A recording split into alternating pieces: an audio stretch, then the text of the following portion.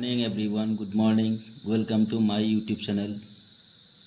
সকলোৱে সহযোগ কৰিব বুলি আশা কৰিলোঁ। Very important question art and কালচাৰৰ বিষয়ে 10টা কুৱেশ্যন লৈ আহিছোঁ। আপোনালোকে স্কিপ নকৰাকৈ ভিডিঅ'টো চাব আৰু লগতে ছাবস্ক্ৰাইব কৰি দিব মোৰ চেনেলটো।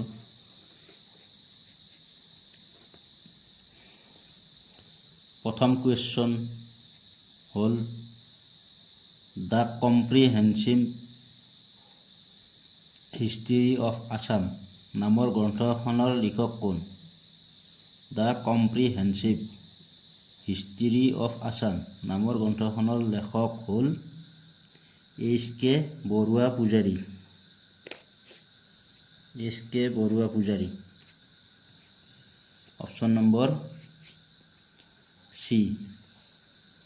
2 নম্বৰ কুৱেশ্যন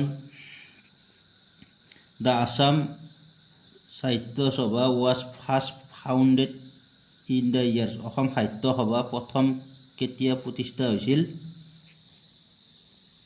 1917 চনত। অপশ্যন নম্বৰ এ।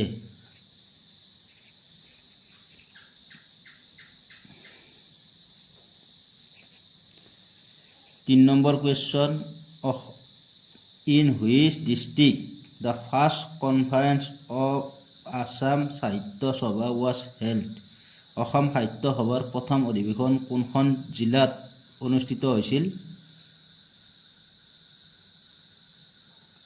অপশ্যন নম্বৰ ডি শিৱসাগৰত।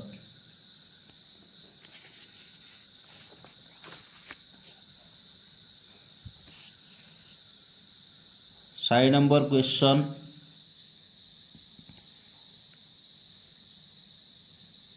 এইটো অসমীয়াটো লিখিব পাহৰি গ'লোঁ। Who was the first president of Assam Sahitya Sabha. অসম সাহিত্য সভাৰ প্ৰথম সভাপতি কোন আছিল? Option number C Padmanath Gohain Barua.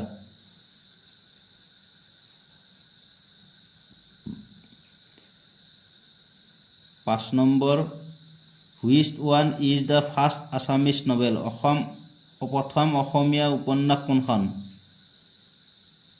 প্ৰথম অসমীয়া উপন্যাস হ'ল option number D Bhanumati.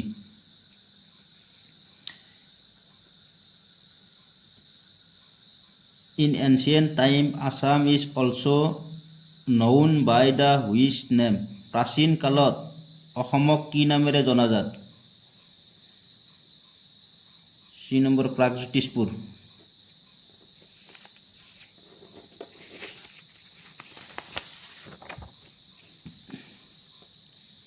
7 number question in which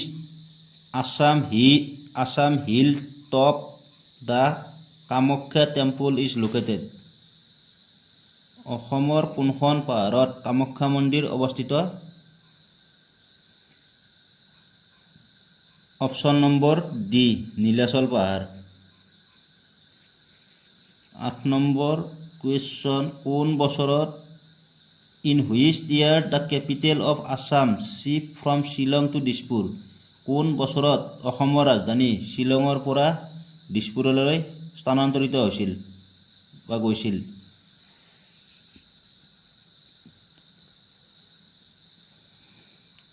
option A 1973 চনত।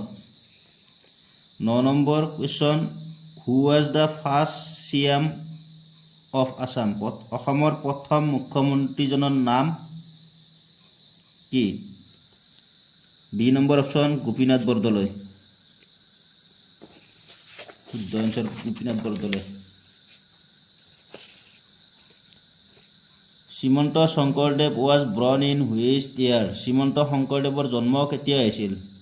আমি সকলোৱে জানো শ্ৰীমন্ত শংকৰদেৱৰ জন্ম 1449 চনত হৈছিল। Thank you. জয় অসম।